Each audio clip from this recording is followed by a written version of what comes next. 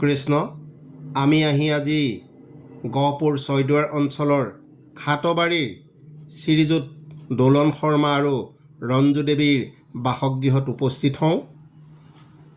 তেওঁলোকে 7 দিনীয়া বৰ্ণাঢ্য কাৰ্যসূচীৰে ভাগৱত পাঠ ও ব্যাখ্যা অনুষ্ঠানৰ আয়োজন কৰিছে সম্পূৰ্ণ ব্যক্তিগতভাৱে। তেওঁলোক হ'ল নেপালী সম্প্ৰদায়ৰ। এই ভাগৱত ভাগ আজি নেপালী সম্প্ৰদায়ৰ আধ্যাত্মিকতাৰ মাজেৰে তেওঁলোকে আৰম্ভ কৰিছে।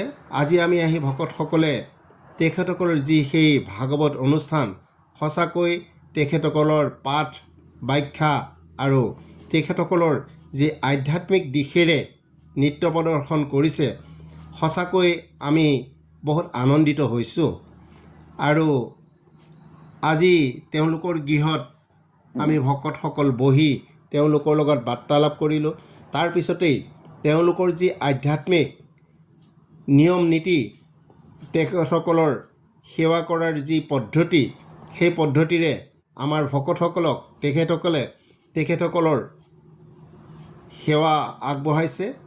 তেখেতসকলৰ এই ভক্তিত আমি সঁচাই আনন্দিত হৈছোঁ। আমাৰ ভকত বৈষ্ণৱ সকলোকে তেখেতসকলৰ নিয়ম আৰু নীতিৰ মাজেৰেই আমাক শ্ৰদ্ধা নিবেদন কৰিছে, সেৱা নিবেদন কৰিছে। সেয়ে আমি তেখেতসকলক আন্তৰিক অভিনন্দন জ্ঞাপন কৰিছোঁ।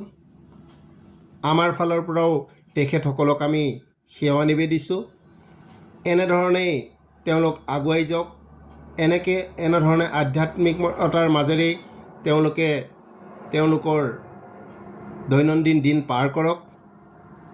আমি এই ভাগৱত ভাগৰ বিষয়ে জানিব পাৰিলোঁ যে তেওঁলোকৰ একমাত্ৰ পুত্ৰৰ বিয়োগৰ পিছতেই তেওঁলোক অকলশৰীয়া হৈ পৰে, আৰু এই অকলশৰীয়া হৈ পৰাৰ পিছতেই তেওঁলোকে সেই পুত্ৰৰ শ্ৰাদ্ধৰ নামত এনেধৰণে 7 দিনীয়া বৰ্ণাঢ্য কাৰ্যসূচীৰে ভাগৱত অনুষ্ঠান কৰে। কৃষ্ণ হৰি ৰাম। ইয়াৰ পিছতেই আমি ইয়াতে হৈ থকা ভাগৱত ভাগ দেখাবৰ চেষ্টা কৰোঁ। वो आए हुए भाव को बुद्धि निर्णय करती है। बुद्धि का काम है वो केवल निर्णय करती है।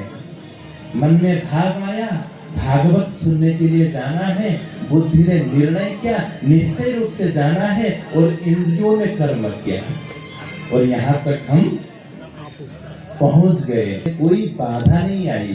कर्म तो हमें ही करना पड़ेगा, लेकिन जब हम सफल हो जाएं, हमें जब कर्म की सिद्धि मिल जाए, तो अहंकार नहीं करना होगा कि हम पहुंचे, प्रभु की कृपा से पहुंचे। श्रेया प्रभु को दीजिए, श्रेया माता दीजिए।